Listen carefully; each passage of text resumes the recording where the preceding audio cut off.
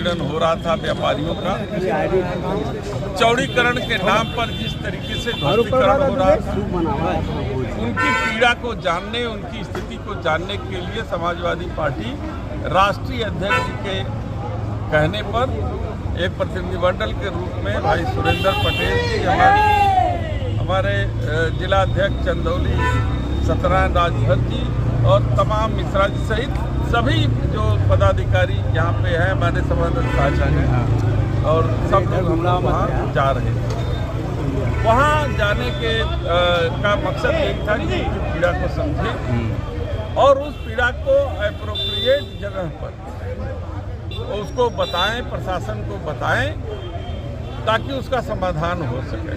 हमने एक पत्र भी जिलाधिकारी को लिखा इस संदर्भ में कि कुछ एक प्रशासन के द्वारा वहाँ की यथास्थिति जानने और किस तरीके से वहाँ का विकास हो, रिपोर्ट मंगवाई गई और रिपोर्ट जब मंगवाई गई है तो उस रिपोर्ट को भी अभी तक सार्वजनिक नहीं किया गया।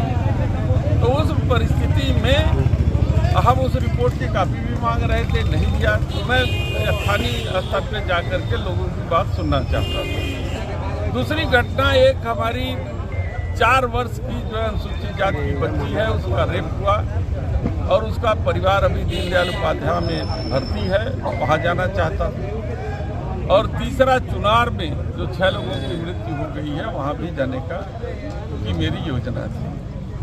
प्रशासन मुझे किसी जगह पे जाने के लिए मना है। क्या कह रहे हैं, क्यों नहीं जाने दे रहे? उनका ये कहना है कि वीआईपी मूवमेंट है और बहुत सी चीजें अभी व्यवस्थित नहीं है, इसलिए मैं आपको इसकी अनुमति ऊपर के दबाव में हम नहीं दे सकता।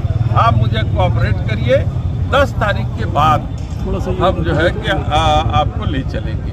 तो मैंने कहा कि 10 तारीख के बाद ठीक है, मैं जाऊँगा, लेकिन आज से लेके 10 तारीख के बीच में एक हथौड़ी भी अगर चला और तो मुझसे बुरा कोई नहीं होगा, इसका वादा कीजिए कि वहाँ एक हथौड़ी भी नहीं चलेगा। सांसद जी, आप बार बार कह रहे थे कि हमको 5 आदमी की जाने की, तो हमने कहा दो ही तो हमके कि या तो आप वादा कीजिए कि यहाँ पर एक हथौड़ी भी नहीं चलेगी, या तो आप 5 आदमी को जाने की इजाज़त दीजिए और हम सब जाएंगे और उनकी पीड़ा को समझेंगे। तो इन्होंने 10 तारीख तक कोई भी कार्रवाई करने का न करने का